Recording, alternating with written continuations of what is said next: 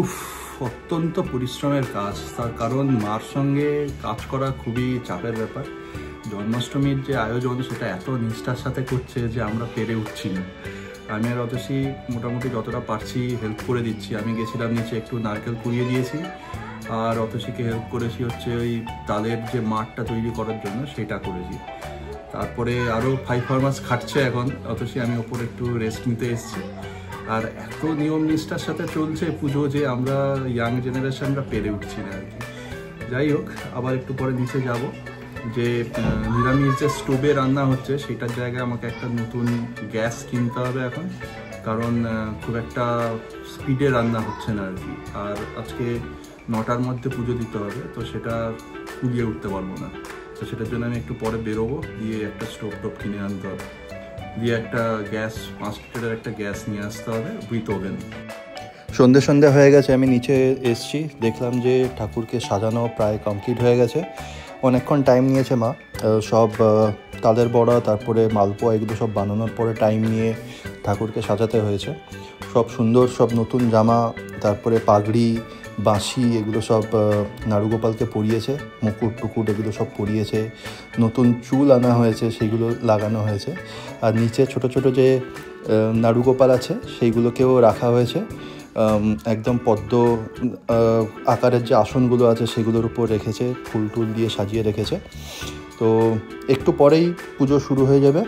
আমরা বৈশালীদের বলেছি, ওরা আসছে, বৈশালী, অমিত, অবন্তিকা, তারপরে মাসিমণি, ওরা সবাই আসছে। পার্বতীদের বলেছিলাম কিন্তু পার্বতীরা আসতে পারবে না, কারণ ওদের নিজেদের বাড়িতেই জন্মাষ্টমীর পুজো হচ্ছে। অ্যাকচুয়ালি বৈশালী আর অমিতটাও এখন ওখানেই আছে। ওদের ওখানে একটু তাড়াতাড়ি পুজোটা কমপ্লিট করে তারপরে আমাদের এখানে আসবে। ওদের 5টা সাড়ে 5টার মধ্যে আশা করি পুজো কমপ্লিট হয়ে যাবে, তারপরে আমাদের পুজোটাতে ওরা আসবে।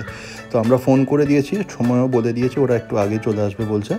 তো আমাদের অ্যাকচুয়ালি পুজোটা অনেক আগেও করা যেতে পারতো, কিন্তু মা বলে সন্ধ্যের পরেই পুজোটা করা ঠিক হবে, কারণ মাও উপোস করে আছে, তো কষ্ট হবে। সেই জন্য ভেবে আমি বলছিলাম একটু তাড়াতাড়ি করে দাও, কিন্তু মা বললো সে কিছু সাজগোজ করে রান্না টান্না করে উঠতে অনেক টাইম লাগবে। তো যাই হোক, এখন সন্ধে হয়ে গেছে, পঞ্চপ্রদীপ ধূপ এগুলো সাজানো হয়ে গেছে, একটু পরেই পুজো শুরু হয়ে যাবে। দুপুরের যে ঠাকুরের প্রসাদ ছিল সেটা বাটির মধ্যে রাখা ছিল, তো আমি একটুখানি খেয়ে নিই, খিদেও পাচ্ছিল, একটু খাইয়ে দিই। মিষ্টি আছে, খাও ঠাকুরের প্রসাদ, এই যে সাদা মিষ্টিটা তুলে নি, খাও, আর একটু বেশি করে খাও। খাবে না?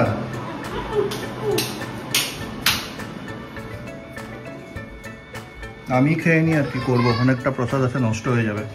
ফল টল আছে, মিষ্টি আছে, খেয়ে নিতে হবে।